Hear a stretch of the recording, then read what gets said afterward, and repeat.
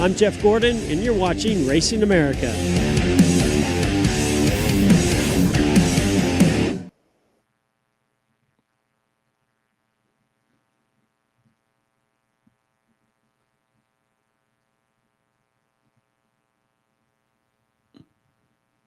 All right, everybody, welcome in to another episode of everybody's favorite real race talk show. This is the Revved Sports Show, back again on a Tuesday evening, based in Texas, but all over the world wide web and all points in between. Showtime Bobby Check right here.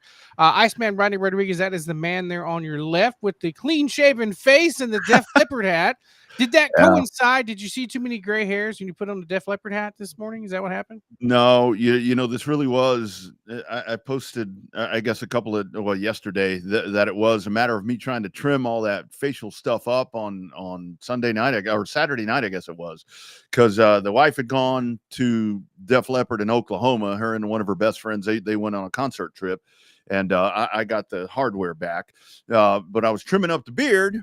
And, you know, when I'm all alone, Bobby, what do? I sit around, I watch sports, I watch racing, and I was trimming it up, maybe under the influence a little bit, maybe one or too many of these. And I messed it up, dude. I messed it up. And so it's like, okay, man, got to wipe the slate clean. Hell, people are telling me I look 10 years younger, so I'm keeping that shit off. Leave it off for a little bit, man. I don't know. I get too baby faced when I shave mine off. I'm not even remotely going that far. So, not on my bingo card.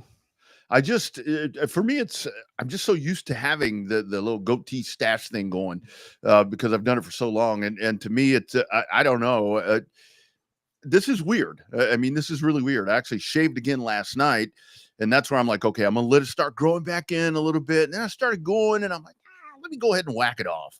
Whack the beard off, that is. And the other whacking off stuff, no comment about that. But it's like, look, let's try it. Let's try it for a little bit. Even our friend Marianne Nauman, the great Marianne Nauman from Cotton Bowl Speedway, said, I really like that. I'm like, oh, maybe it's time to leave it off. I don't know. H is clean shaven every day, minus the Hulk mustache. So a little Fu Manchu thing happening there. So he's got it going on, man. So I'll tell you it. So that's really how that happened. And I had a couple of people ask, is that really what happened? Because, you know, I mean, I never shave that thing off. I keep it all the time. So yeah, that's really what happened. It's another drunken incident. Just like every time when I go to get a haircut and they're like, do you want your neckline straight or rounded? I'm like, it doesn't matter. And I'm going to get back there and start shaving it myself under the influence, and it's going to get all jacked up anyway. So I don't care. I just tell them I never see it, so I don't care what it looks like, as long as it ain't got no Vanilla Ice stock market imprints in it, like back in the early '90s. Yeah, man. So yeah, exactly. But I would say for the millennials that don't know who Vanilla Ice is, but I don't think any of those young people listen to this show. So you might be surprised, man. Vanilla Ice. I mean, he was the Ice Baby guy. For those that don't remember. Back in 1990, man. That was his only hit, I think. No, he's on like a home improvement show now or something, or he had one. Is that what he's doing? A home improvement reality show. The great Robbie Van Winkle out of DFW, I think, if I'm not mistaken. So yeah, these guys. It's funny that you bring him up because this morning we were on the sports show. We were talking about MC Hammer. He came up with some Oakland A's discussion. So it's like, man, it's those years fly by really fast, don't they? I think maybe that's why I'm liking the no beard thing, because it's like, I feel young again. I feel like it's 1990. Well, maybe. I mean, the problem, speaking of Oakland A's, I get to see that spot of land there coming up next week. So it'll be on the opposite side of the city for me, but I'll be making my way down that general vicinity at some point next week. So I'll be able to send you pictures of what the future home of the Oakland Athletics look like. Won't be much of anything there now, just some construction equipment and some flat land. But don't do that. I'm not digging that move whatsoever. I mean, to me, I'm not an Oakland A's fan. I mean, I do like the Oakland A's colors and the A and all of that. I do like that a lot.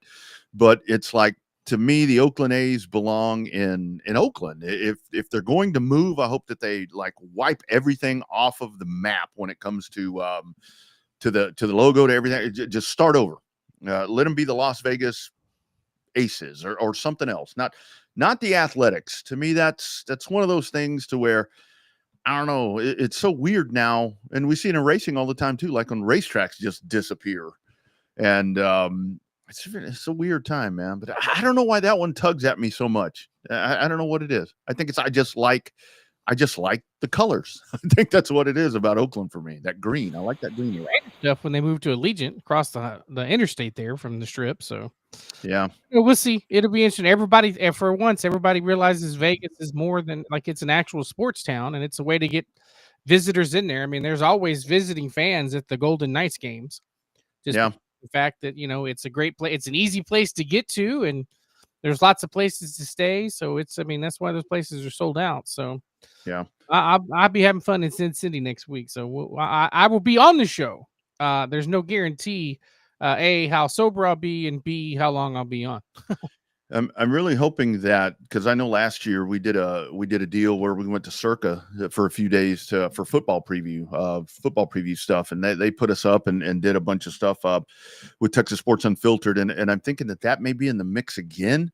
I don't know. It's a little harder now. I mean, at the time last year, that's all I had to do, so it was pretty damn easy to do that. So I'm hoping that all works out, that I get to go do the stadium swim and all of that again, and just seriously, it was 4 days of just sports. That's all we did. I mean, we sat around and talked sports, and that's where I bet on SMU, and that's where I bet on the Redskins or Commanders, and that's where that's that clear thinking, man. And those two almost paid off for me a little bit. But anyway, yeah, I'll put some money down on the Chicago street race because I'll be there right before that. So.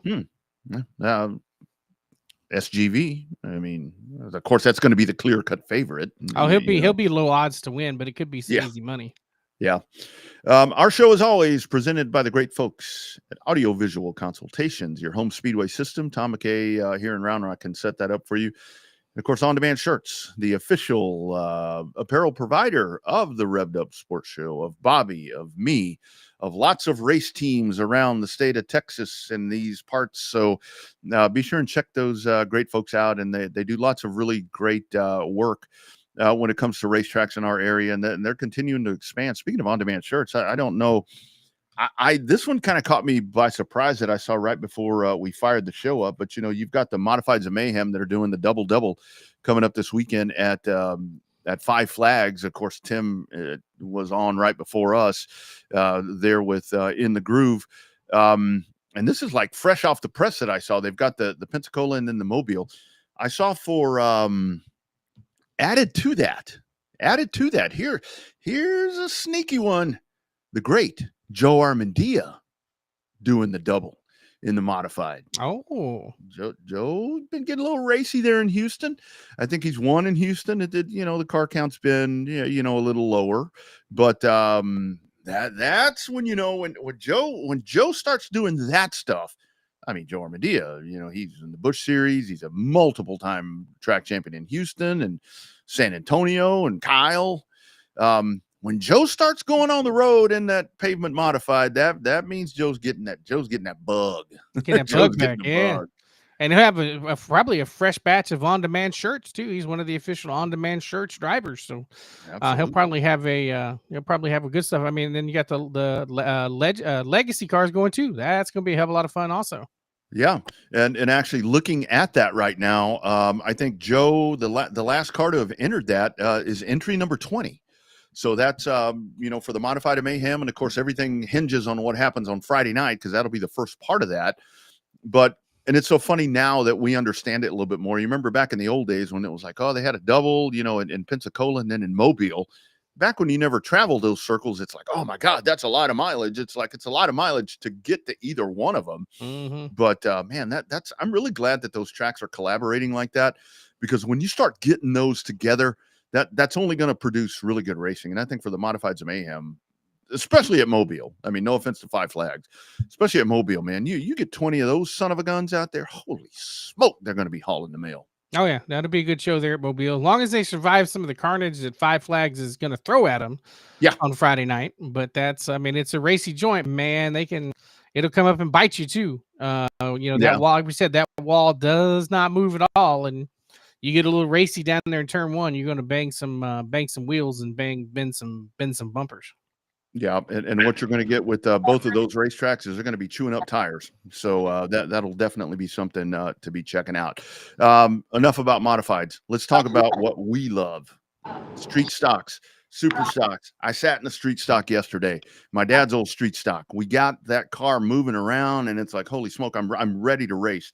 One of the coolest series that I have found is the Star Super Stock Tour.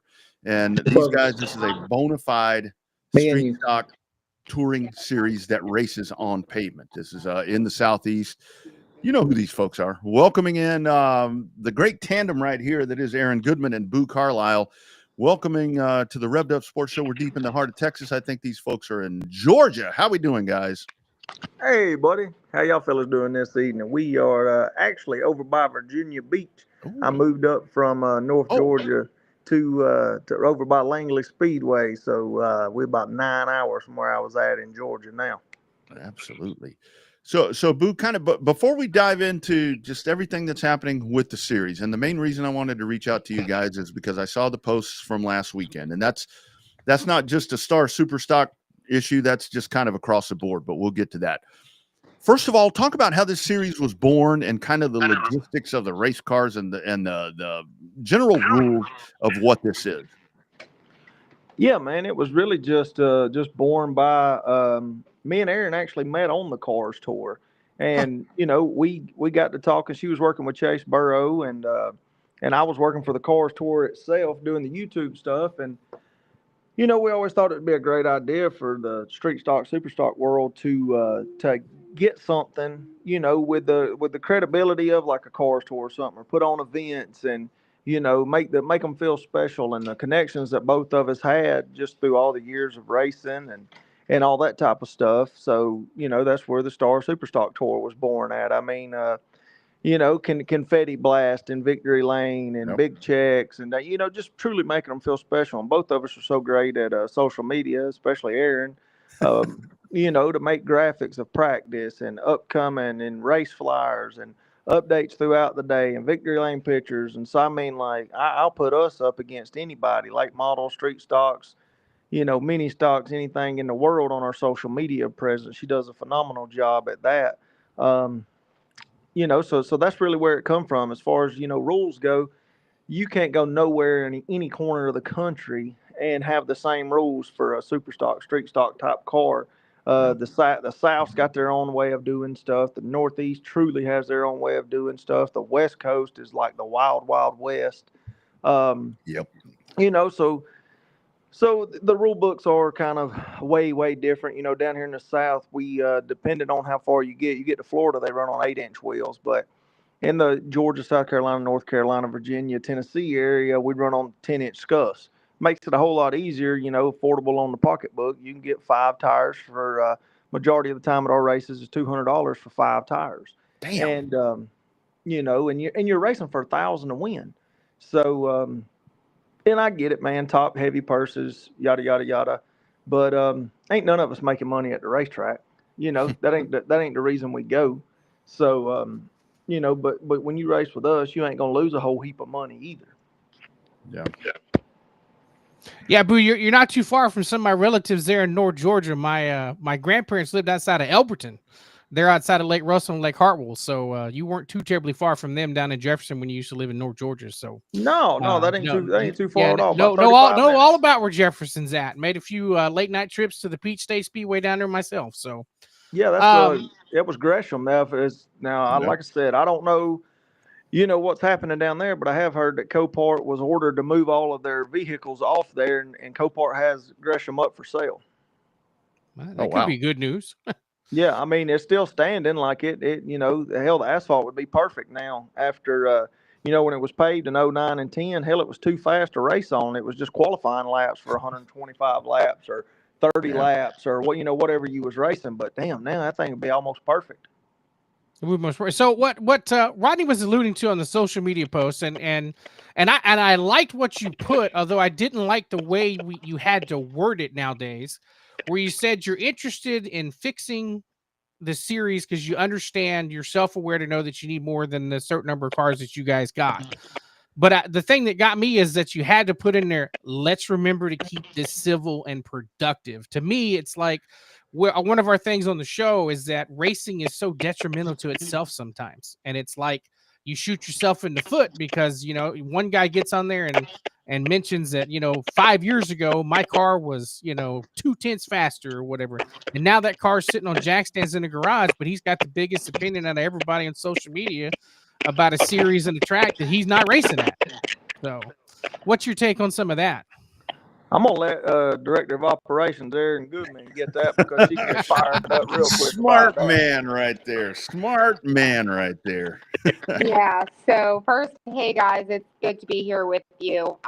That was something that, in racing, there's a lot of keyboard warriors. There's a lot of couch racers, call them what you want, that they know it all. They know how to fix it. They know how, what the problem is, what you're doing wrong, all of the things. But at the same token, they have no clue what even goes into putting on a race. And so this was, us wanting to open the conversation. What can we do to make it better? We are aware there's a problem. Nobody wants to see more car count than we do.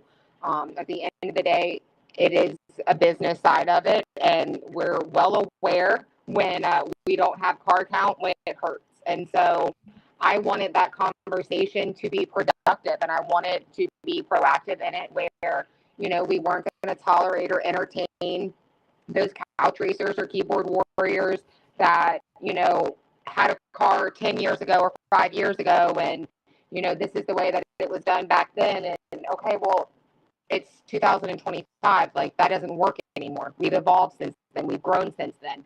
I don't want to entertain that. And one thing about me is they know I will respond. I will clap back. I'm not just going to sit there and take it. Sometimes Boo has to rein me in and remind me that, that was a little too harsh or that was a little too mean.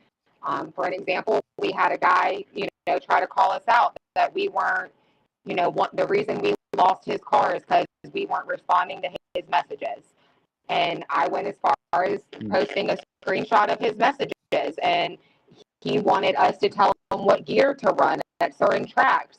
And the same token, he was claiming that, we play favorites. And I'm like, that would be favoritism.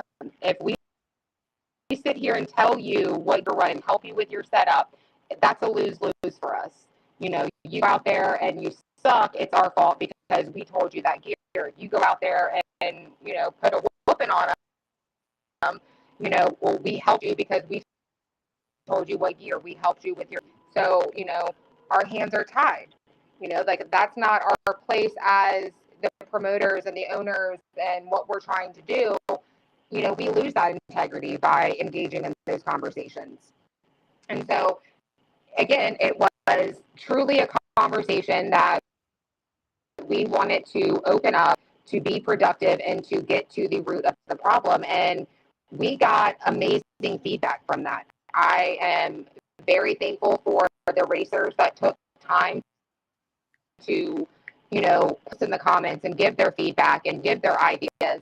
And as many comments as there was, there's double private messages that we received with racers opening up us and, sharing, personal reasons as to why they're not running or what's going on in their lives, keeps them from the track, or, any of those reasons, and trusting us enough or giving us that feedback to give us the opportunity to improve.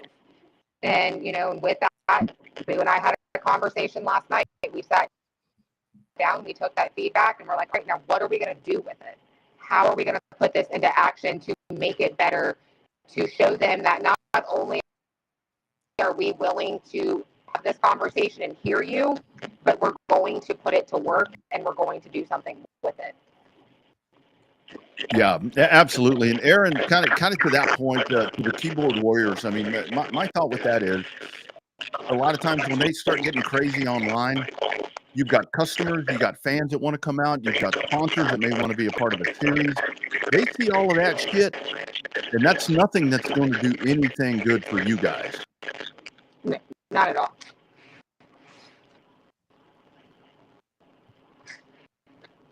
Yep, absolutely. Okay, let's do that for a second. I think we got you. Nope. Okay. Boo, question for you. So, in your opinion, how important is street stock racing? I mean, to me, especially now with pro late models and supers and modifieds and all the different things that we see, street stock, super stock, that's homegrown, man. That's where it's at for all of us. Yeah, man, absolutely. It's the highest form of the blue collar racing, man. The guy that's not a manager, hell, he may be a supervisor on his own lawn care business. But at the end of the day, he don't have the money to buy a new set of tires every week or every 2 weeks. I think it's very important, as a sanctioning body or tour, however you want to word it, we don't have no control over, these cars picking up speed and stuff like that. And, we got a great tech process that Chad Hunter proceeds up, and our guys ask for tougher tech. Anything our guys have asked for, we have gave it the next race. It ain't a big pissing contest, so they wanted tougher tech, and then the next race they were complaining, okay, there's too much tech. Well, which one is it? They got to hell with a happy medium. You go and take it either one way or another. But I think street stock racing is still very important, especially down in the southeast. I mean, it's affordable. There's no certain form of race. If we was racing buggies across Kmart parking lot, we're gonna spend money to make our buggy the fastest. So there is no affordable form of racing. But as far as stock car racing goes, man, it's that fan base of our dad's generation that love those type of cars, the Camaros and the Monte Carlos and the Mustangs. Late models. I love late model racing just as much as anybody, but they're cookie cutter cars. With street stocks, you can, your mom or dad may be like, well, I had one of them back when you was a kid, or your grandma had one. I mean, there's just such ties to it. Like we had a 72 Chevelle that started on the pole this past Saturday night at Anderson. They went 3 wide for the lead. Don't only have 6 cars. We had a hell of a race the other night. We've had fields with 20 plus cars, and it'd be boring, but 6 cars. Yep. 4 of them the other night on a hell of a show. So, 3 of them went 3 wide into one, and 1 of them came out in the air, and the other 2 went to the rear. But, as far as the street stock being important, man, I hope it never goes away. But a lot of times we're our own worst enemy on that type of deal. So we're trying our absolute best to stay positive about it and keep it headed in the right direction. But I do think that it's the highest level. I mean, you got the guy that may be able to save up his money, and he races a wide tire car. There was just something about pride on running 10-inch wheels in the 70s, or at least there was for me when I decided to go back racing in 2019. I wanted to run wide tires. I'd always hit wheels, didn't protrude past the car, and I was like, for whatever reason, it was big to me, and it's big to other people too. And the affordability side of it, I was talking with Chris Renduo, a guy up in the Northeast just earlier, and he was telling me that they have to buy 4 tires every race up there, and they race on 7-inch wheels, and I think he said it's 180 a tire. So, you're looking at just doing some quick math, you're looking at a little over $700 in a tire bill. And, yeah, obviously they're racing for more money than we are down here, but the profit margin is very much different. And that's what I said, it's all different ways in parts of the country. I think we got the most simplistic. I would like to get to where we don't have 8 pages in a rule book. Looking around as we're getting ready, Aaron had a great idea to try to do like a north-south race at the end of the point season. It'll be a completely different rule book that we're actively working on daily at this point, to try to combine 4 different rule books. The Ohio Wheelman Series, the R&R Open Series, CRA, and then the Star Superstock Tour. I mean, hell no, everybody's not going to be happy, but it's proven before when we went to South Boston, Virginia, South Boston Speedway. North.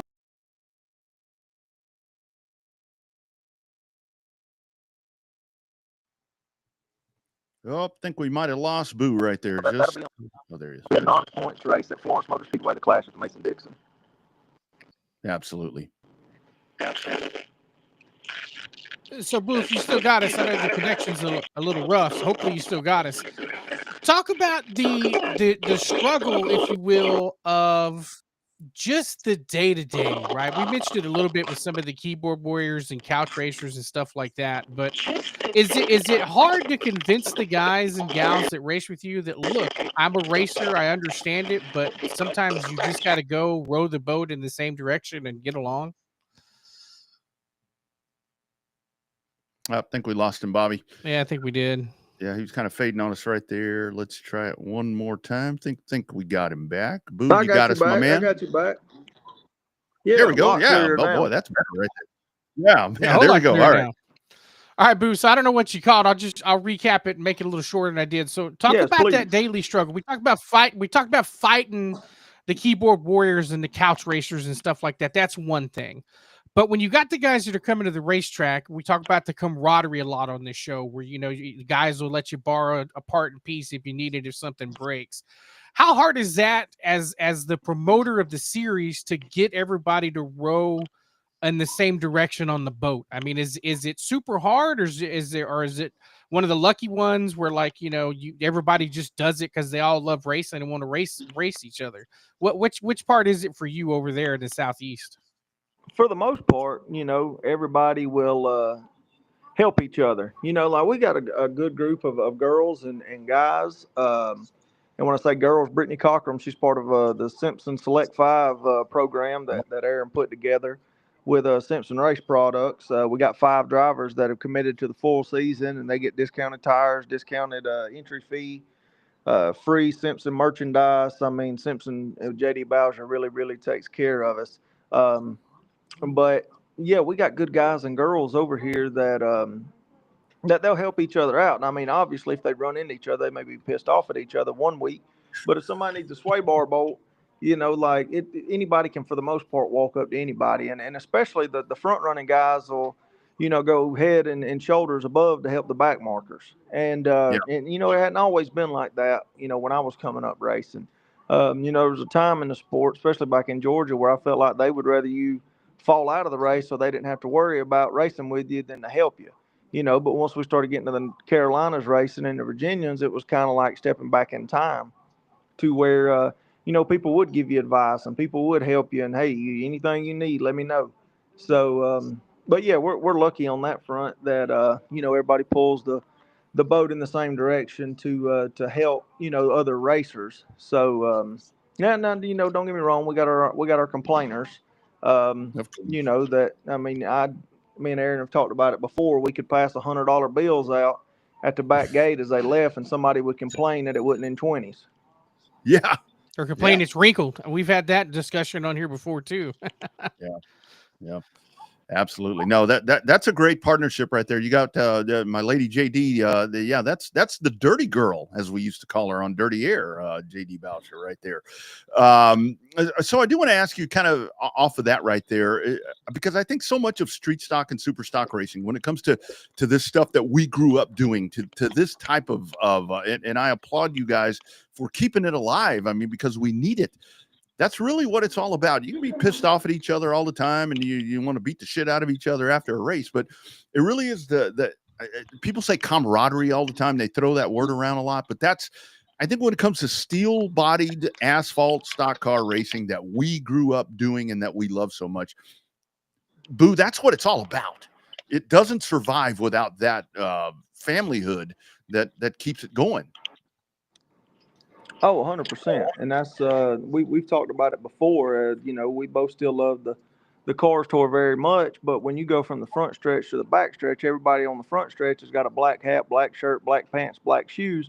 But when you come to the back stretch, you got people with flannel shirts and dirty blue jeans. It's a lot more family when you come back there to the trailer park. Than up front. It's a business. It's a business on the front straight away, but in the back, you might as well, hell, you'd be having family picnics back there with watermelon cut. So, it is a great camaraderie and a group of guys back there, trying to, and at first they wasn't real, I ain't gonna say supportive, but they didn't understand the vision we had. And now there's a lot of them that do understand the vision we had, but we've run into this car count problem. And like I said, we're not the only ones that's facing this. Up till this weekend, the lowest car count we'd ever had was at Franklin County Speedway in Virginia. And if you'd ever been there, you'd understand why it don't have the best reputation. And it is like we've all been to racetracks where people say it's out in the middle of nowhere. Like I think you see nowhere city limits, and then you go 10 more minutes and it's on the right. You know, but to be at Anderson this weekend, I mean, it was a disappointment. You know, the locals, the week before, you know, they had 10 cars, and out of those 10 cars, only one showed up for a race. You know, they still came out. They was walking the pits. I seen them sitting in the grandstands eating peanuts. You know, they just didn't come to race. You know, the heroes of the street stock or super stock world in the Southeast were there. You know, the best of the best were there. And I remember a time and place when, you know, you wanted to defend your home turf. Yeah.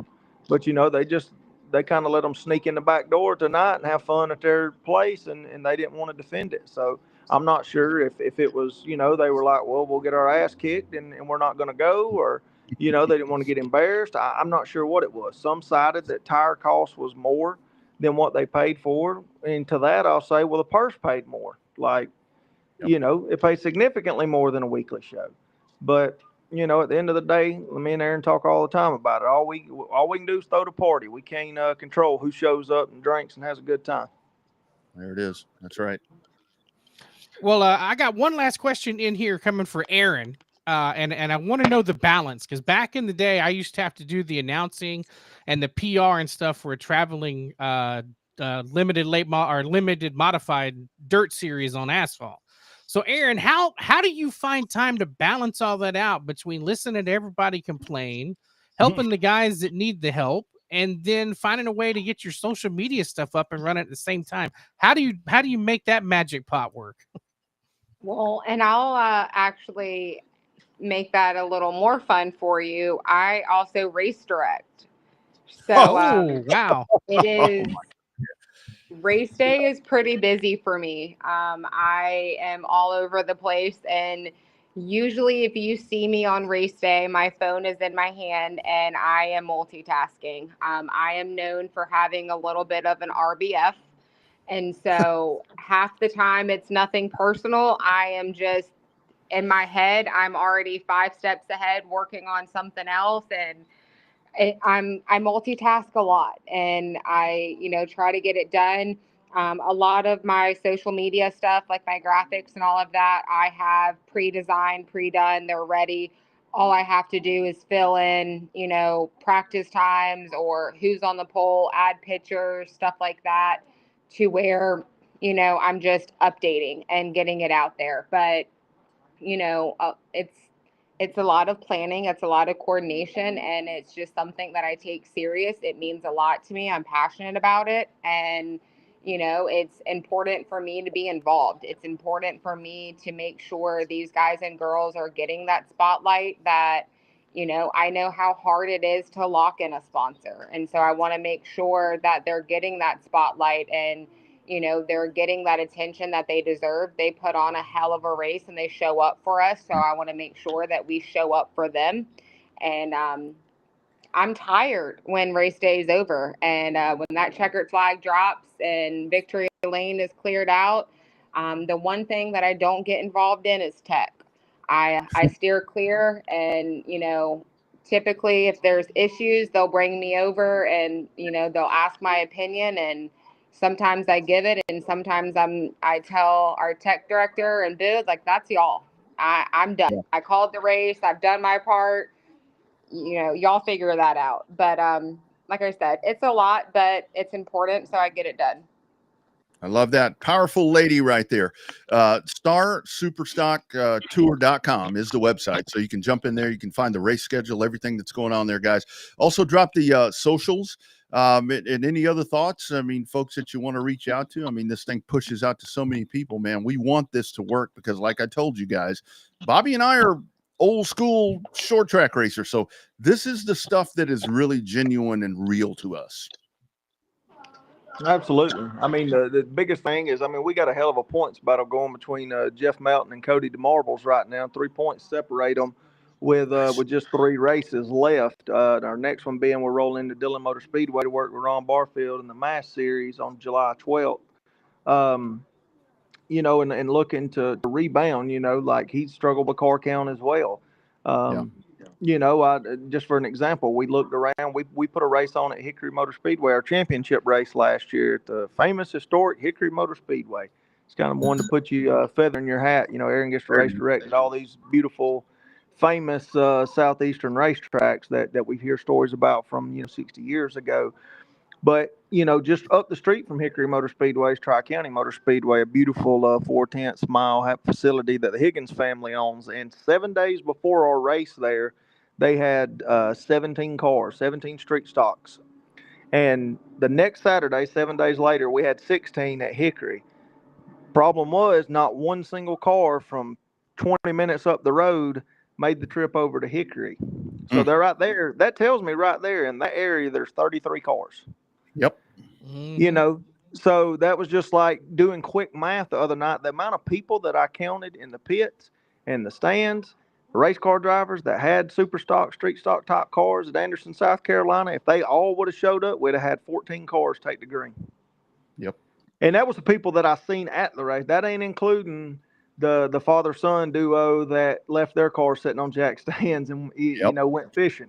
Like we just got to figure out a way to get them there. You can't hold them at gunpoint, but at the same time, we're just trying to figure out a way to make everybody feel welcome and comfortable. I mean, maybe it was because it was 100 degrees. I mean, it was, it was hotter than hell, definitely. And we don't know, but we ain't giving up.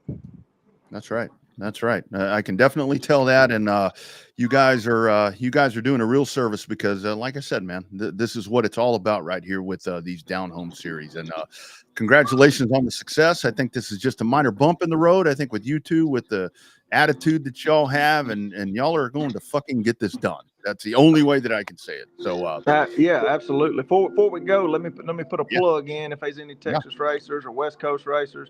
That clash at the Mason-Dixon, that's going to be real big November 15th at Florence Motor Speedway. That's going to kick off Florence 400 weekend. It's back to 2 weekends this year just because, Zacharias family got so many late models. I think they had like 63 last year, late model stocks. And, it's got so big, he's going to split it back up. Well, that weekend, the Star Super Stocks will headline that Saturday night. It'll be a 100-lap feature, 2 new tires, 2 scuffs, a completely new rule book for that event, a more special event rule book to, like I said earlier, try to combine to let the North and South guys and maybe some of the West guys, have a competing shot at it where you can bring everybody together. And, there'll be big money. We're working on it weekly to try to make it as big as possible. And we already got a lot of support. Aaron's beating the drum on the Northern guys and got a lot of partners already. So you're forgetting the best part. We will not be single car qualifying. We will be heat racing to lock into the feature. There we go. Hell yeah. There we go. That's how you do it right there. That is how you do it. That is Saturday or Friday night short track racing right there. That's how you do it. Oh yeah, 100%. And like I said, the guys that, again, what we wanted to do was make it big. There'll be driver intros where, they ain't no other place in the country where you get to walk out and wave at people. So come race with us on Saturday, November 15th. Go ahead and put it on the calendar. The Northern guys, hell, they're snowed in.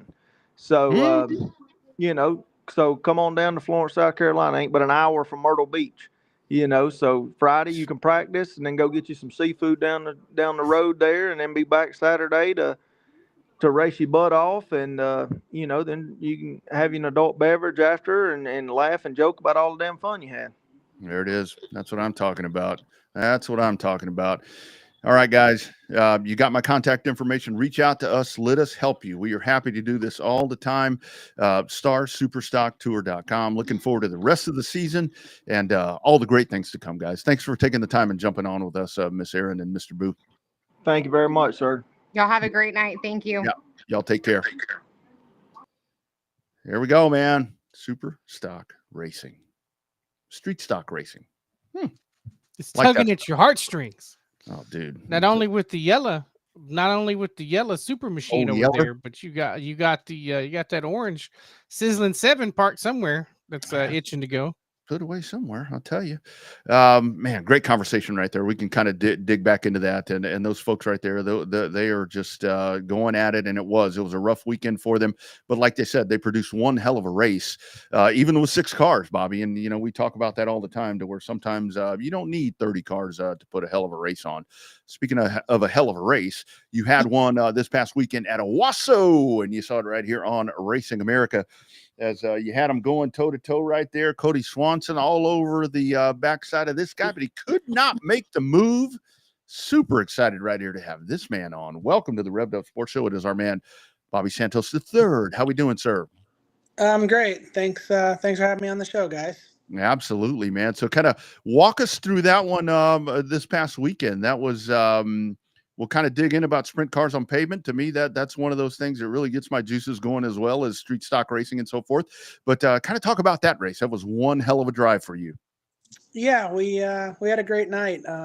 We've struggled the last couple times we raced at Owasso, and we brought a little better race car there this time around. Put ourselves in a good spot by being good in practice, qualifying, and got out front and kind of hid for a while. And then the last, I'd say 12 laps or so, got some pressure from Cody, but held him off in traffic and, put away a good win, which was nice. So you've raced a little bit of everything. And when I looked at the Wikipedia page, and it's just numbers of just different kind of kick-ass cars all over your career. Is there one group or one set of series that just sticks out? You're like, man, that was the most fun I had. Or is it just what you're doing now, having more fun nowadays? I mean, what has moved that needle for you in terms of just having fun? And, because it's still a business, right? Everybody got to try to make money, especially when you're a race car driver, but it's still about having fun a little bit, isn't it? Yeah, absolutely. I mean, I love open wheel race cars, from the super modifieds. Obviously, the last couple of years really been focusing on the sprint car racing, where I can make a living doing it, and that's what I do right now, working on sprint cars and racing sprint cars. I always say probably the most fun I ever had racing, which unfortunately we don't get to do anymore, is when we used to race the midgets on the miles. That was probably the stupidest racing I did, but the most fun racing I did at the same time. So Bobby, with that, like with sprint cars down here in Texas where we're at, I mean, very sprint car heavy when it comes to 305s and 360s and 410s on dirt. But we have one pavement track is what we have left around here, and they're going to have an asphalt race with sprint cars, with the big sprint cars on there. But kind of talk about that with those big tires. It really is one of those things to where like that takes a special kind of really want to get this done to be able to do that, man, because you're hauling ass out there, and the open wheel thing, to me, I raced a dwarf car for a while, and that was one of the things that I really had to adjust to, because in a stock car, I would lean on somebody. I did that one time, and I went in the air in a dwarf car. The open wheel part and hauling ass like you guys do, kind of touch on that a little bit. Yeah, I mean, to me, the sprint car is the ultimate race car. You got 900 horsepower, 1,400 pounds. Everywhere we go, sprint cars typically set the track record on every track they're at. So to me, as far as speed, agility, the way they race, sprint cars are the ultimate car. We do the wing stuff, the non-wing stuff, and it's so crazy because we use the same basic car, wing and non-wing, but driving them, they're two totally different race cars because of the downforce, and then the non-downforce, the non-wing car.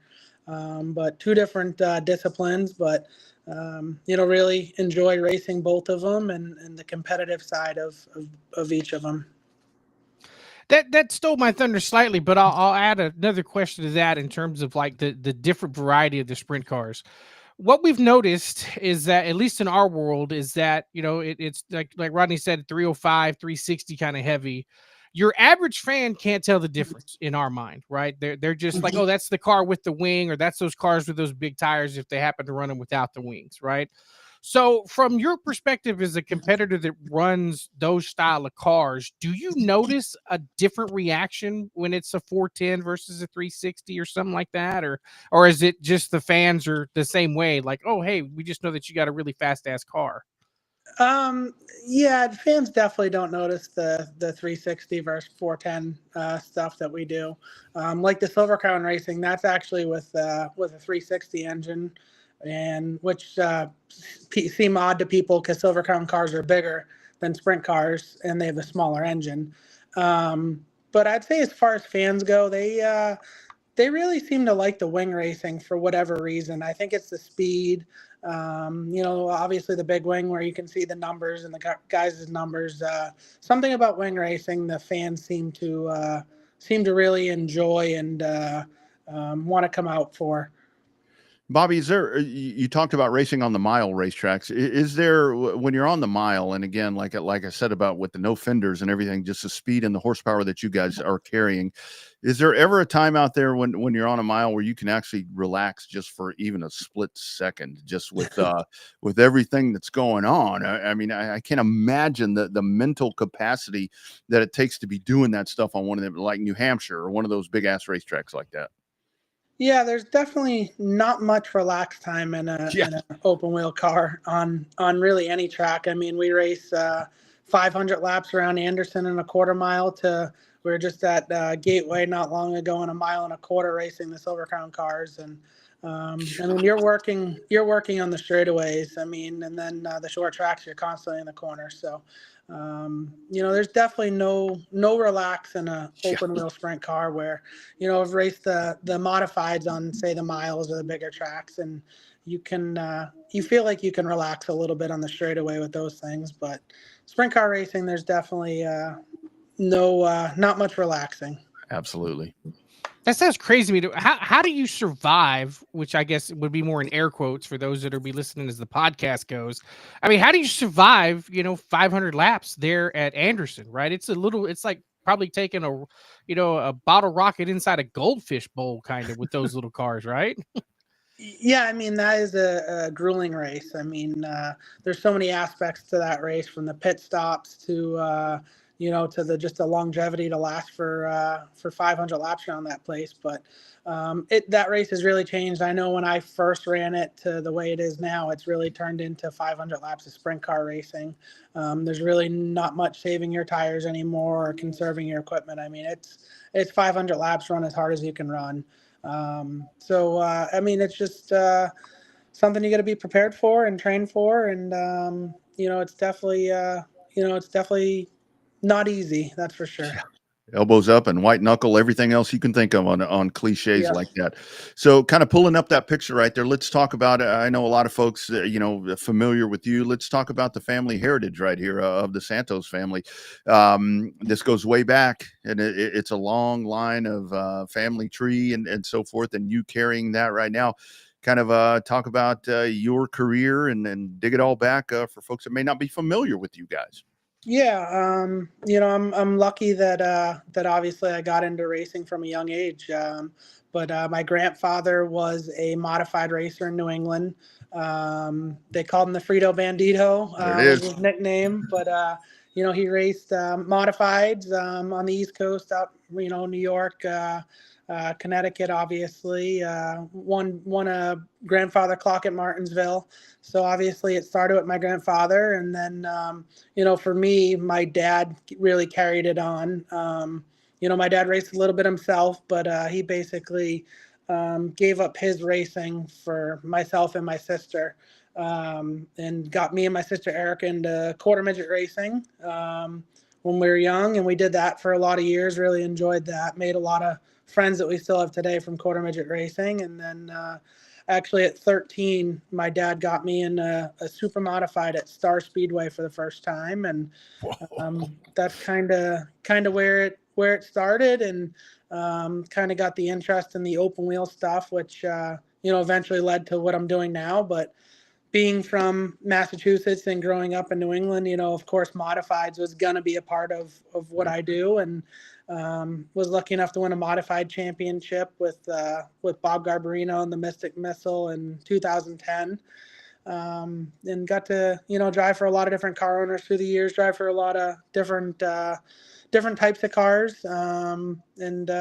just obviously really still enjoying what I'm doing. I got a great car owner right now with Dick and DJ Racing that allows me to, take care of all my own cars and work on all my own cars and, race and do it for a living.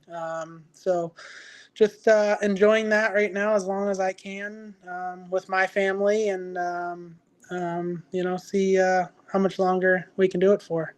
Mm-hmm. So, Bobby, you brought up quarter midgets, and somebody that's been around this as long as you have with the generations that's raced in your family. What is that next step to get this next group of kids involved or next generation of racers? Is it still quarter midgets? Is it legends, bandoleros, or is it just simply getting them off the phones and the tablets and getting them to the racetrack? What do you think's that magic combination to get that next group of racers to come to this sport?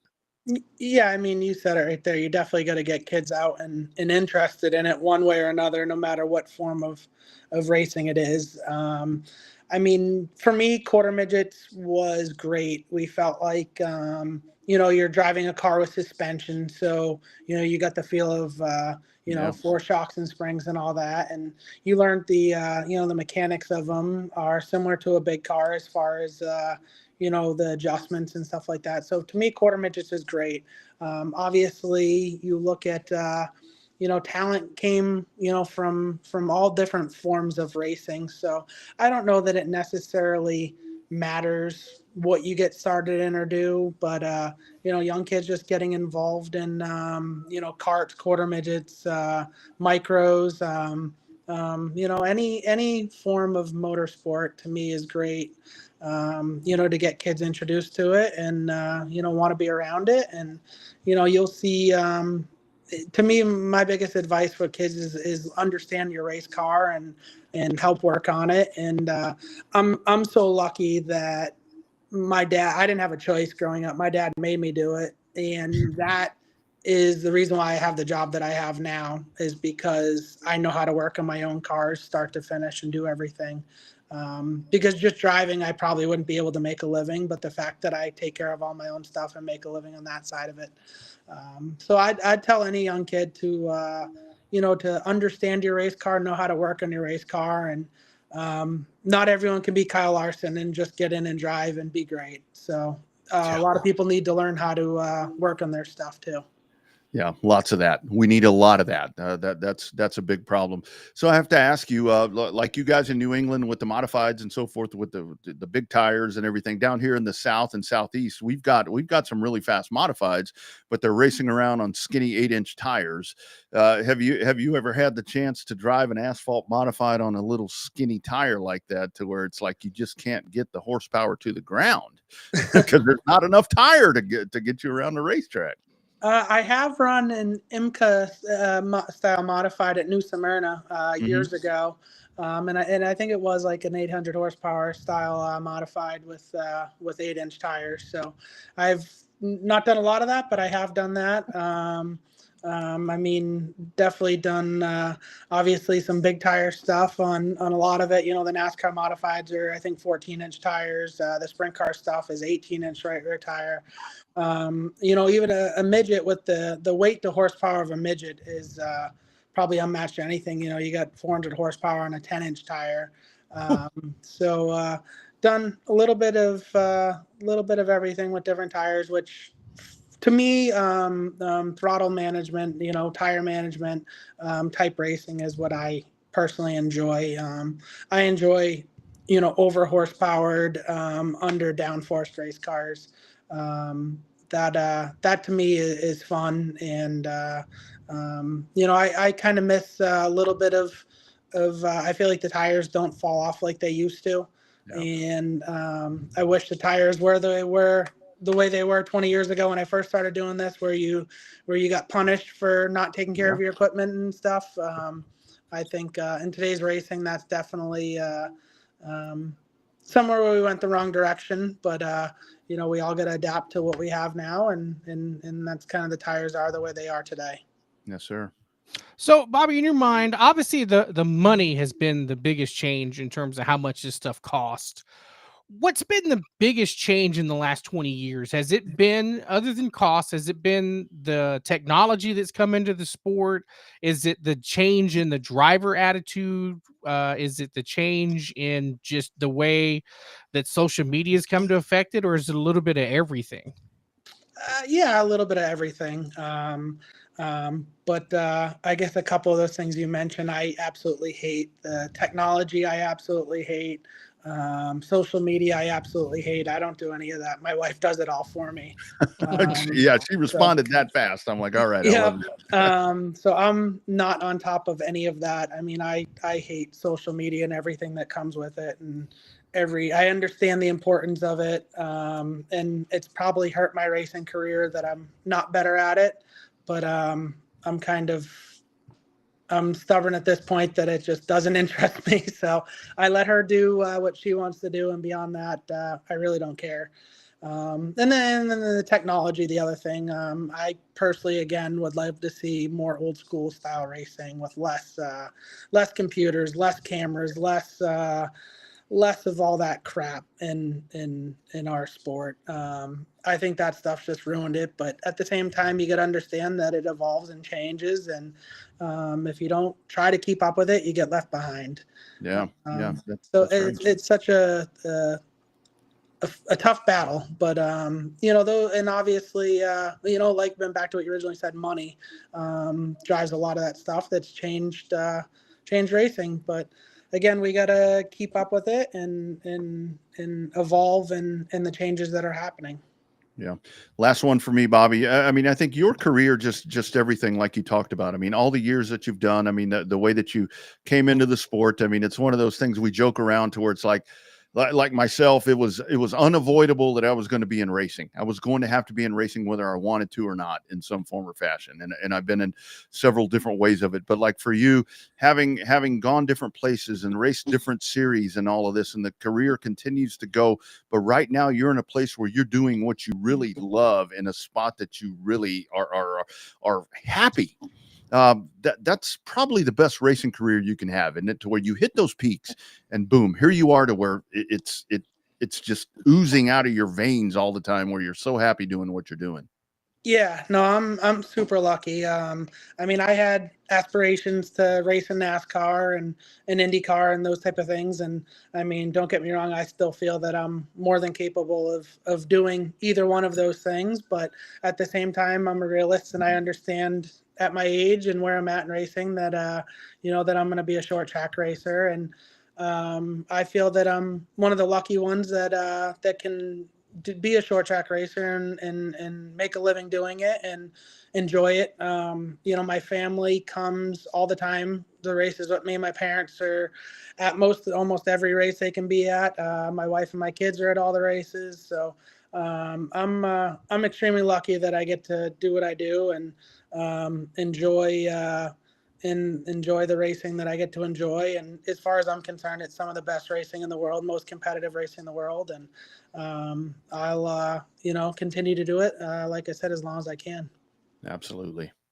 No, I'd like to end on that, but I just wanted to ask you about the remaining portion of your kind of summer schedule. Obviously, USAC runs all over the country, all different kind of places. What's going on the next 4 to 6 weeks for you with the USAC stuff? Yeah, actually, this next week is craziness for us right now. We're going to Winchester with our Silver Crown car and our sprint car in back-to-back couple days here this weekend. And then, that's non-wing sprint car, Silver Crown car. And then we travel out to Colorado for a really cool show at Colorado National Speedway for 2 days of wing sprint car racing. Got that coming up. In the fall, we got a couple big must-see races down in Florida, Pensacola, and Montgomery, Alabama. And then we end the season with one of my favorite races that we got going on right now is the Open Wheel Showdown that Davey Hamilton's been putting on the last couple of years. It's really cool. He actually really helped raise the bar in our level of racing with the purses that we're getting on pavement. He's paying, $50,000 to win that race. And we've been close the last 2 years, ran second the last 2 years. So would really like to get that one this fall. Would be awesome. Absolutely. Great stuff, man. Congratulations on the win at Owasso. You guys are coming south. I may come tap you on the shoulder, show up for one of those races, and check you out, man. Thanks for jumping on here, man. This is so special to have you on here and talk about your career and just everything that you guys are doing. Looking forward to the rest of the year, my friend, and keep picking up those checkered flags, dude. Cool. Thanks, guys. I appreciate you. Absolutely. Take care. Okay. Bye-bye. You bet. There he goes. Bobby Santos III. And that's that really is the thing that I really respect about him, to where it's like he's done the Busch Series and Nationwide, whatever you want to call it.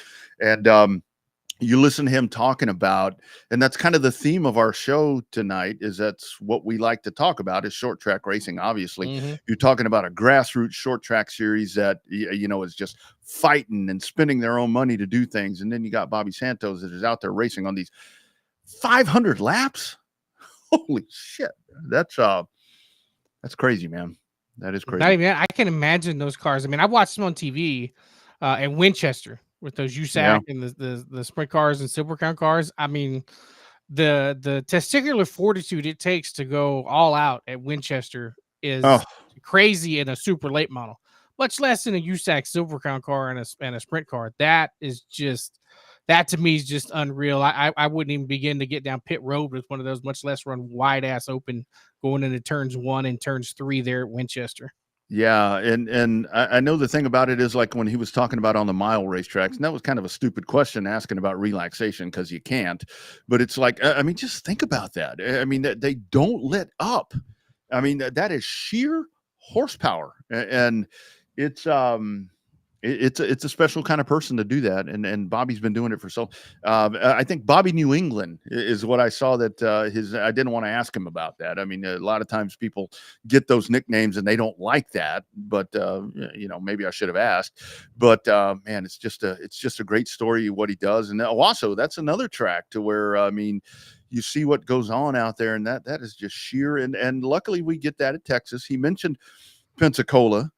Can you imagine those guys at Pensacola? Yeah, that must-see series is pretty impressive. Oh man, that is going to be. I mean, it literally is must-see, right? Like, it's not just a play on words. Like, if you're a race fan, especially seeing the sprint cars on pavement, must-see down there in Florida and in the southeast down there, deep southeast. It's a hell of a series to watch. And I mean, you can look them up on YouTube if you want to see some highlights. But man, same thing. It takes a great amount of testicular fortitude to run sprint cars on pavement. It doesn't matter where. Like those guys coming to run Houston, July 5th weekend, there at the Palace of Power. That one's going to be one to watch. That is definitely going to be one. Like I'm coming back on a plane late night, and I'm contemplating getting up, getting in from Vegas at midnight and getting up in the morning and driving to Houston to watch that one. Yeah, I didn't realize that was that weekend. I'm actually going to be in Houston for work, and I'm hoping that that's later in the night, because I may try to jostle over there just to see that, even if it's the only thing that I see. If I get there and I'm able to pop in there and get to watch that, because and it looks like, from everything that I see, it looks like they are going to have a pretty good car count, and I continue to see different folks entering, and I think that'll be really good to see. But it is, man, that takes a special kind of balls to be able to do that stuff. But anyway, great conversation with Bobby Santos the third, and of course with Boo Carlisle and Miss Erin Goodman right there talking about the Star Super Stock Series. Stick around, guys. We'll talk some NASCAR. But first, how about a great word from our friends at My Race Pass? Welcome to the My Race Pass app, the #1 app for motorsports fans. We want to make sure you get the most out of your My Race Pass app experience. With your new free account, you can use the My Race Pass app to see race day information, including event entries and official lineups and results for over 600 organizations across North America. You can also see track information and purchase online event tickets for select tracks. With your free account, you can also search for a track or series on the My Race Pass app and favorite their profile to receive news and race day notifications on your mobile device. To see more information and to see which app subscription is best for you, be sure to visit getmrpapp.com. My Race Pass, the ultimate racing resource. Absolutely. Pick that up today. That is the best way to enjoy your racing experience is with the My Race Pass app. Bobby, before we dive into NASCAR, I do want to show our folks, because I think a lot of folks probably haven't seen this, but I think last weekend or last Thursday or whenever we had the show, we were talking about the Mike Parker Memorial that was happening over in Texarkana, in Arkansas. Texarkana tends to throw people off. You had a big, what was that, 10K to win on the line, $10,000 to win. This is how that race ended. It's kind of minimized right there, but that's Dalton Faulkner right there on the outside in the purple car number 27, and then Keaton Atkinson up on the top. And that's how they came across the line right there. And of course, everybody goes to the immediate response. Here's a replay of it from our friends over at Race On, and up and over they go. And I'll tell you, man, if you want to be stroke or ace, that's how you finish out a race, man. 10K on the line. Wow. Yeah, Hell of a way to finish out a big 10K on the line. But the biggest thing, if you catch the social media reactions to that, is that Atkinson's helmet came off during that flip. So I don't know if his Hans broke, if the chin strap broke, or whatever. But that's the biggest. Other than the finish itself, the biggest thing that I caught about that on social media was that the helmet came off mid flip. So that's that'd be a time to buy a lottery ticket or head over to the church on Sunday. So something like that. But yeah, it was a hell of an ending. Obviously social media split 50-50, half on the 27, half on the 20, or whatever number the Atkinson is. That we know Dalton, he's been on the show before. He can be aggressive, but not aggressive like that. Yeah. So I think it was kind of chalked up to kind of a racing deal, but obviously everybody kind of split 50-50 like they usually are there on social media. So yeah, always going to be an opinion on what happens there. But if you really go back and watch that race, I mean, Faulkner was doing a really good job to race on the top side of the racetrack, and that's something that we've watched Dalton Faulkner do endless times when he's. I mean, that's a guy where he's going to figure out what line's going to work for him.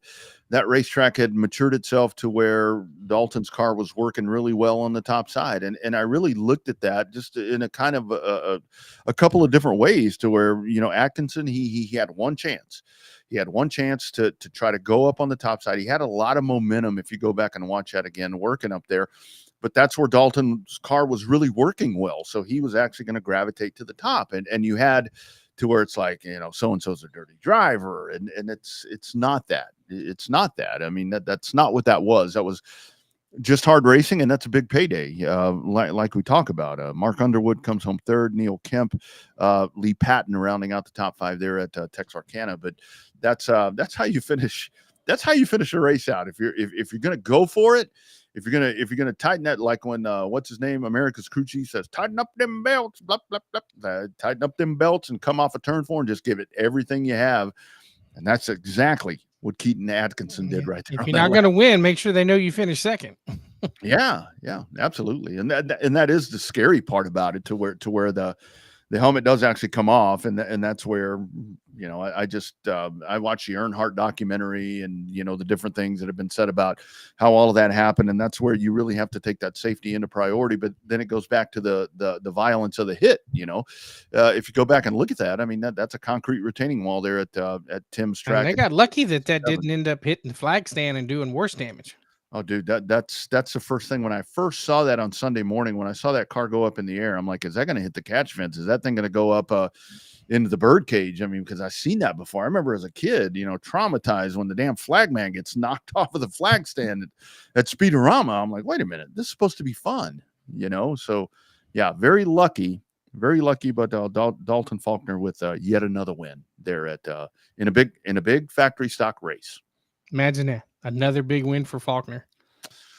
Yeah. I may see him this weekend. Weather still permitting down there at Texana. So they're talking about running juice boxes. So he likes when his kids come down and get a chance to run go-karts and juice boxes. So I think you guys are going to be fine this weekend, unless they cancel it due to heat. It rained today down there. Yeah, Gord, great around here. It got great. Gord said that there's some water there, but unless it comes a gully washer again, tonight or tomorrow, everything should be everything should be ready to go. Maybe a couple of spots of standing water when it comes to Saturday, but so far everything's a go for Stems and Texana for on-demand shirts night with our friends James Cole. We'll be handing out lots and lots of cool gifts and souvenirs and swag or whatever you want to call it to the fans in attendance. So lots of cool stuff. We'll be there supporting in all aspects of that deal since show partner.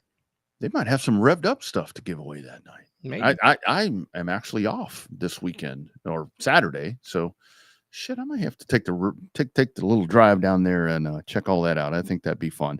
Pro Late Models at Mobile. It was John Boland on the last lap making the pass on Dustin Smith to win there. Dustin Smith seemed to be and Dustin Smith, we talked to him about a month ago, and that dude has been on some kind of roll, and the super late model program has been stepping up exceptional for them. And actually, you've got the Southern Super Series coming up at Pensacola this weekend as well. So that one's going to be a good show coming up. But Dustin Smith, one spot short there as he led the majority of that race. And how about Chris Davidson? I mean, that's a cool thing. Like when I look up and I'm looking at social media, kind of previewing some stuff that's happening, and I see there's Christopher. He never told me he was racing. And I text him. I'm like, dude, what the hell? He's like, you should have come. I'm like, dude, I didn't know you were racing. So Chris with a nice third. Chris is so funny because Chris, Davidson Electric, great friends of ours, down here in Texas, and Texas legend Greg Davidson. It's like Chris, it's like when you start to forget about Chris, he races. It's like that's what you talk about, keeping those what Jim Dunlap you used to say, keeping those senses keen. Chris races just enough to keep those senses keen right there. Just enough to stay on top of the technology of the cars. So between Chris and Mike Garvey, they get their stuff together. I think Chris races just enough, and he lets Mike race just enough to be able to stay on top of what those cars are doing. Mm-hmm. Absolutely. Good run there for Chris on the podium at Mobile. And again, coming up this weekend, a double header for the Modifieds of Mayhem. It's Friday night at Pensacola, Saturday at Mobile International Speedway. A couple of Texans there. Our man Jared Maupin will be there. We'll be in contention as he's starting to assert himself there into that genre of racing, as we talked about Joe Armandia, and lots of at least 20 that I've seen that are signed up to do that doubleheader. Southern Super Series will be on as well, the Blizzard 100. Can anybody beat Cole Butcher? I think it's going to be the question, because that dude is just tearing them up right now, tearing them up in super late models there, and Donnie's number 28. Yeah, now Donnie's got a great program there with Butcher rolling, and they ended last year very strong, and they've started out this year. Then got the big win a couple of weeks ago. I guess now 2 weeks ago up there at Slinger, outlasted and out battling Ty Majeski. So he's on a roll, and he likes Pensacola. So we'll have a tendency to see how well that shakes out for them when they come in and do battle there on the high banks there at the Sparkling City. There by Pensacola, or they're in Pensacola rather. Absolutely. All right, on to the big leagues, I guess, if you want to call them that. So we had you had NASCAR racing this weekend at Pocono, and it was delayed. And I got to tell you, pretty entertaining. I watched most of that race. I mean, I think I watched all of it, and it really was to where this car does. There are some tracks to where this car does produce a little bit better racing. I just like seeing cars racing together, and it seems like we saw a little bit more of that at Pocono than we typically do. Yeah, a little bit of it. It was still Pocono to me, though. Although the prime pre and post race was great. Post race not as crisp because they had to fill in so much time. But I thought the post race was great. I didn't realize that Chase Briscoe's not a drinker because he didn't drink any beer. With the final toast, but I think all in all, I think a solid A, grade A for what Prime was able to do for 5 weeks. For as many people as complained about they didn't watch it, and it's definitely tied to demographics. The older demographic was down because they didn't watch it. Younger demographic was up. I think NASCAR, and it's going to sound bad, and you when you say it, you get people thinking, no, they're abandoning their older core fan, which I don't know if they're necessarily abandoning their core fan, but I think it's one of those to where NASCAR will take losing some of the older demographic for 5 races to pick up that younger demographic by a full 10 to 15 years and try to get them to transition back to TNT, which, oh, by the way, guess what? You got to pay for that too. Yeah. TNT is not free. Well, But you don't have to switch your cable box off and switch on a streamer to get to it, though. That's the only plus. and here's where I really think that what NASCAR did right here, I don't think they meant to do this, but the way that this all plays out is we were talking, there with Aaron and Boo about keyboard warriors and the different people that are always making the comments and so forth and so on. I think let's just say that NASCAR, let's say that they read into the social media box and that's all that they're focusing into. They see we older people that are like, forget it. I'm done with it. I don't like it. Junior's gone. Well, Junior, bad example. He's there. Senior's gone. Yeah, Senior's gone. I mean, all of these people are gone. What have they done? They read all of that stuff and they went out and they are chasing a new demographic. And I'm here to tell you that I think especially that the timing of the schedule is going to work out so well that you have the 5 weeks of prime. And by the way, that post race that they did, that shit is gold. I hope that all the other providers, I know it's harder with networks and all that, I hope that they duplicate and try to do something like that, because to me that's the coolest part of their entire presentation. But what NASCAR did is they went and they're like, okay, so if we can't count on you loyal people, we're going to go find a new audience, which is something that I've been saying for the longest time that they should do. We can't count on it's like, when you got 5 friends and you're in jail and you call 4 of them and you ain't going to get them on the phone. Let me call that one that's maybe the one that I don't think I'm going to get, and they're going to be the one to help me. And I think that that's what NASCAR did. And the way that this thing all plays itself out twofold. Number one, the CW's coverage is really good. I really like what the CW is doing. It's on free TV. It's easy to find. It's an energetic booth and so forth. But now NASCAR transitioning over to TNT, they're going to bring that new audience with them. Oh, yeah. And I think those numbers will be great. So I don't know if it's an experiment. I don't think it is. It's something that's going to continue. I loved it. I think the Prime experience was amazing. It's been really good. In fact, the rating. Did you see the ratings today or yesterday for the CW on Pocono on the CW? Good Lord, it was like peaked at like 1.5 million viewers. Yeah, that's pretty damn impressive for Pocono.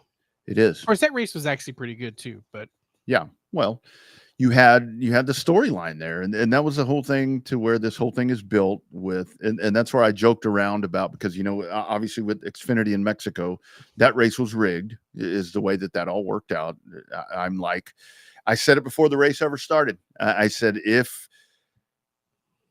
Zilich wins this race, is it rigged? And I had people replying and say, you're full of shit. I'm like, what's the difference? I mean, what seriously, what is the difference?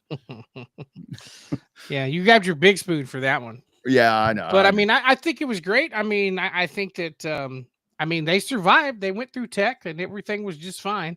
That was the joke that he had on his on some of the pre-race stuff that we heard him, do with our buddies on Sirius XM.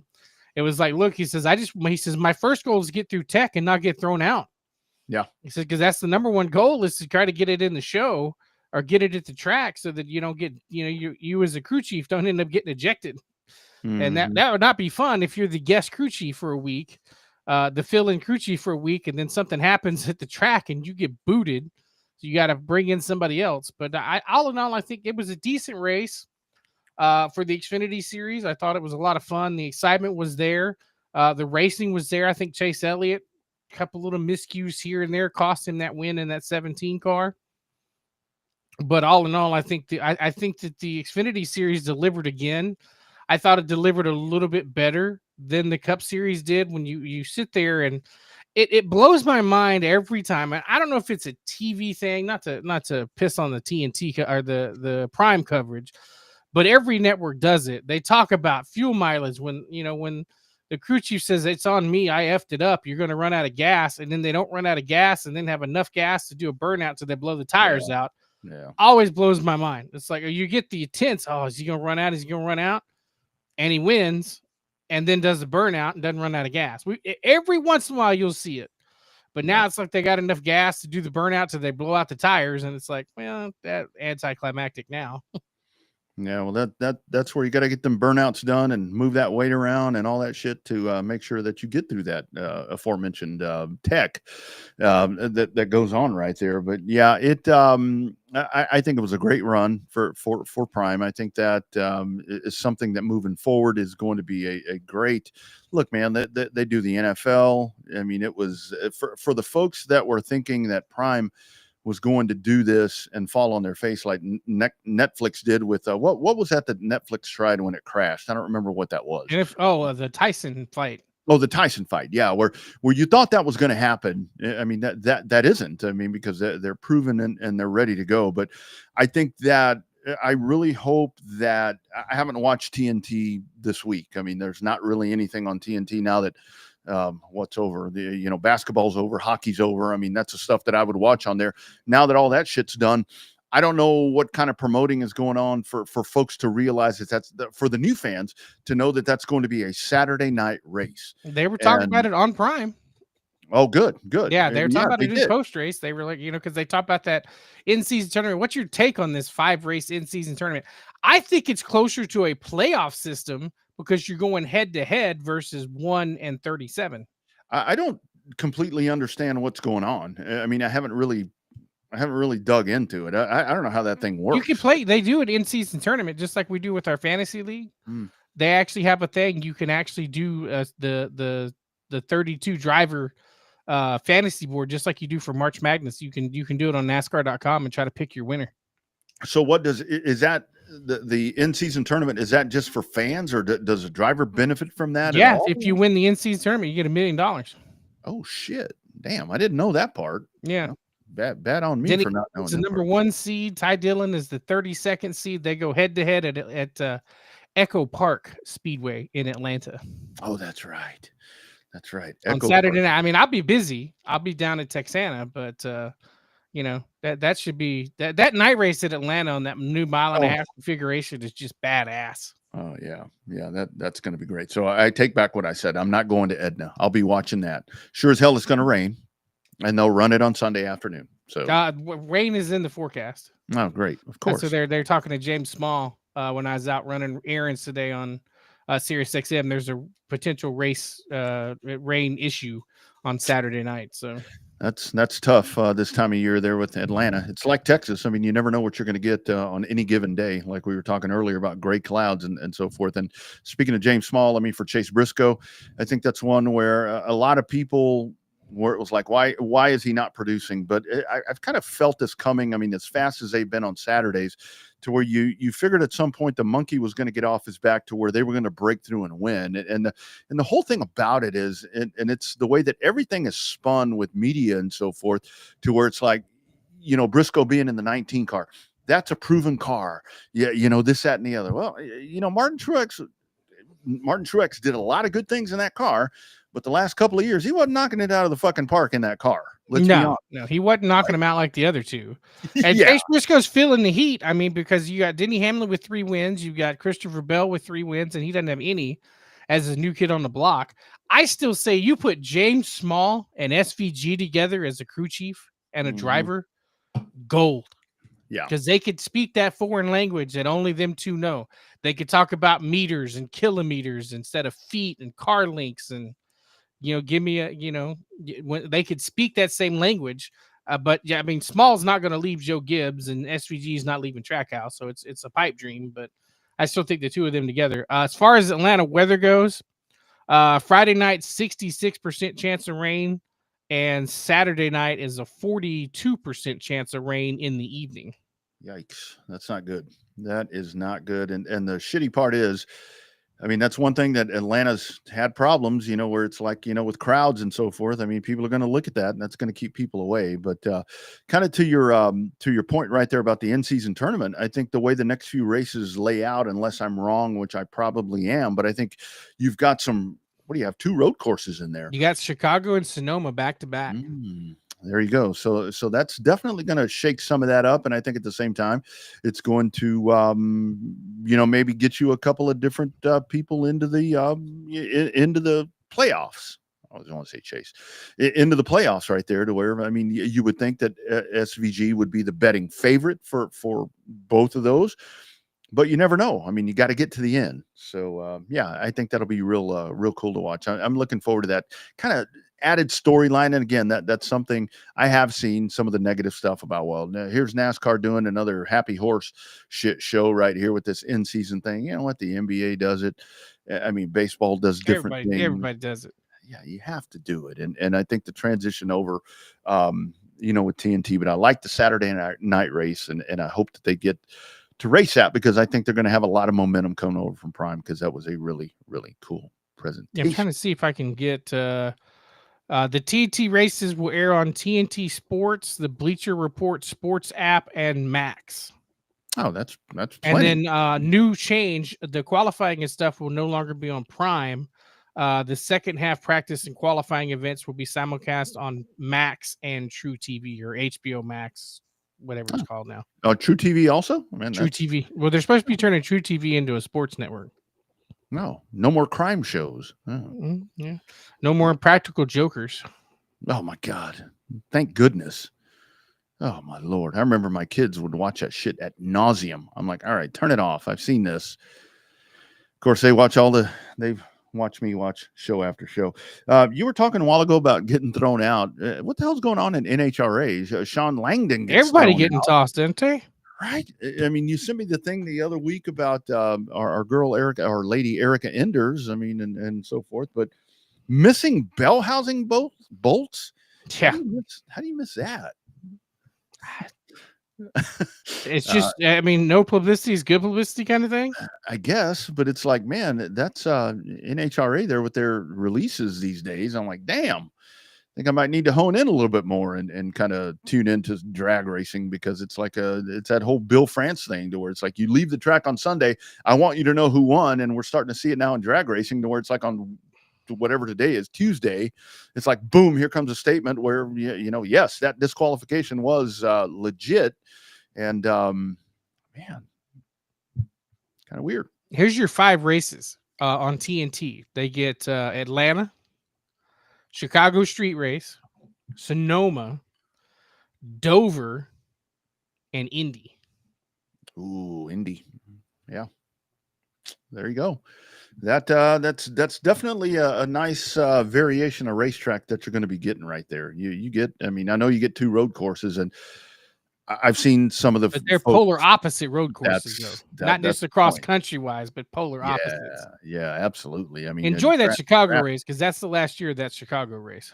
Yeah. See you later, Chicago. It was nice. Maybe we go back to Chicagoland and on to San Diego, maybe, is what we do. Yeah, I think it's going. We keep hearing that one. It's like Texas State to the Pac-12.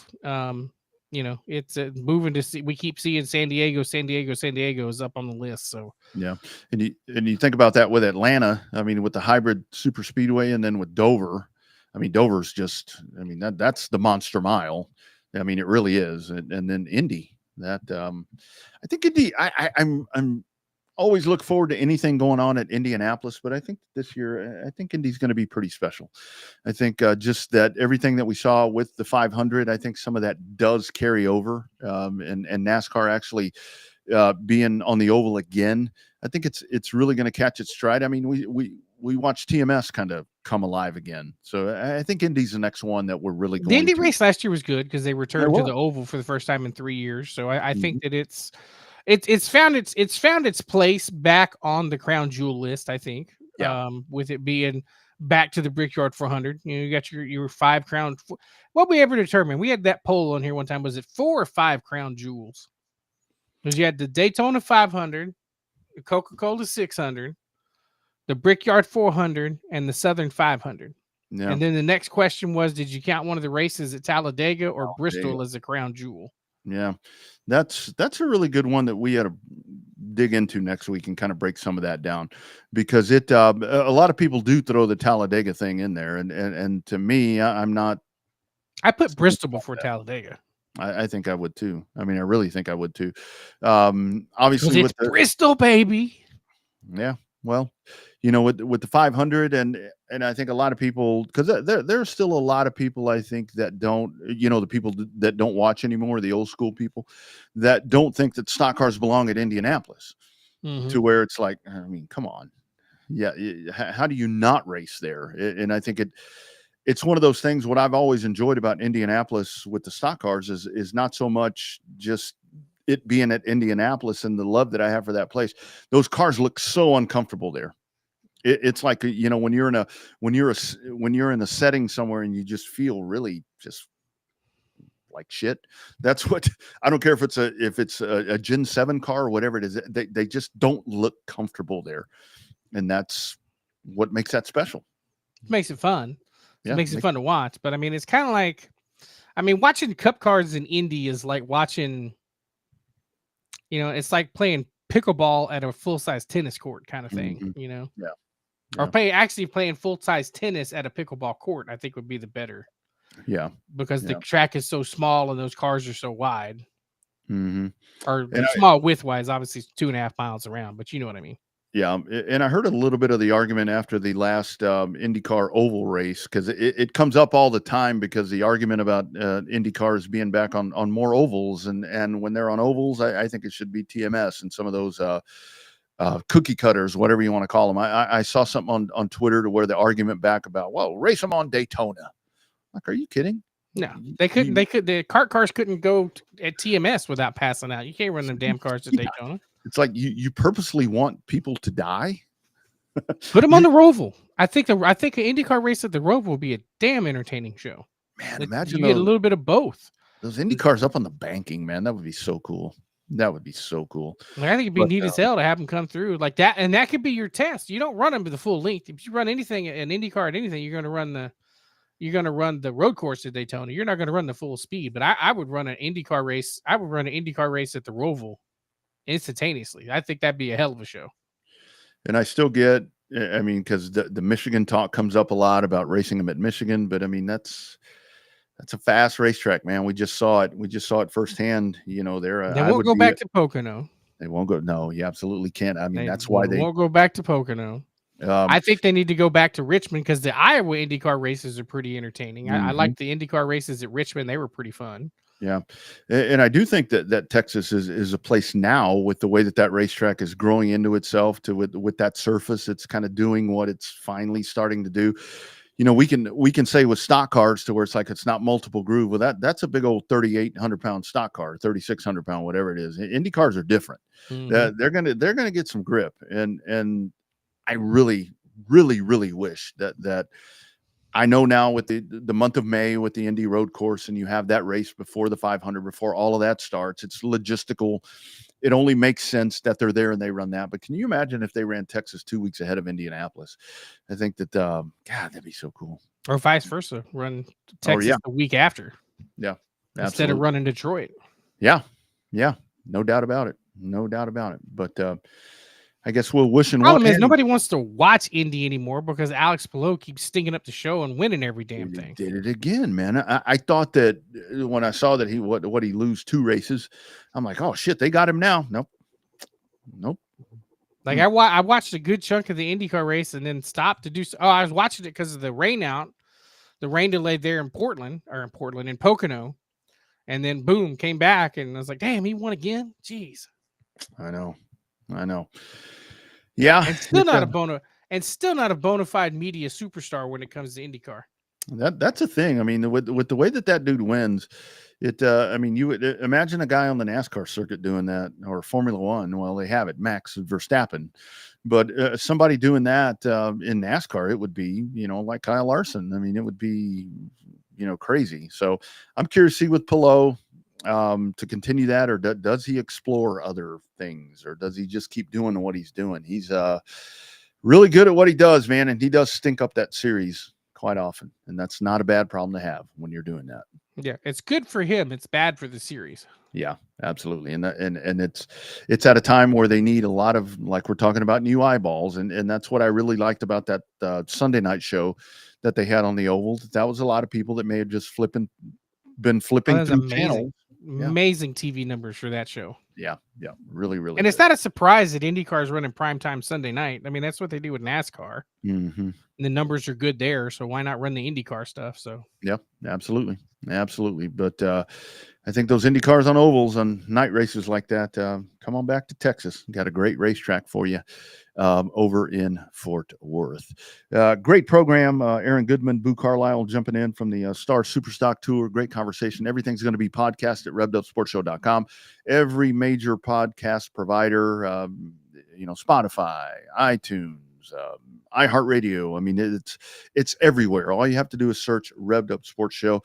Great conversation with Bobby Santos III, talking there about the big balls that are sprint cars with big tires and nothing but flat ass horsepower on high bank pavement tracks, Robert.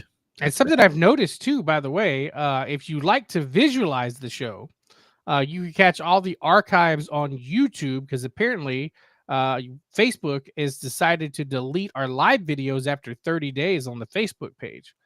So if you want to go back and catch some of the older archives video-wise, you can catch us on our YouTube channel. What is it? Dirty Air Media? What do you have it called now? It's there, Dirty Air Media.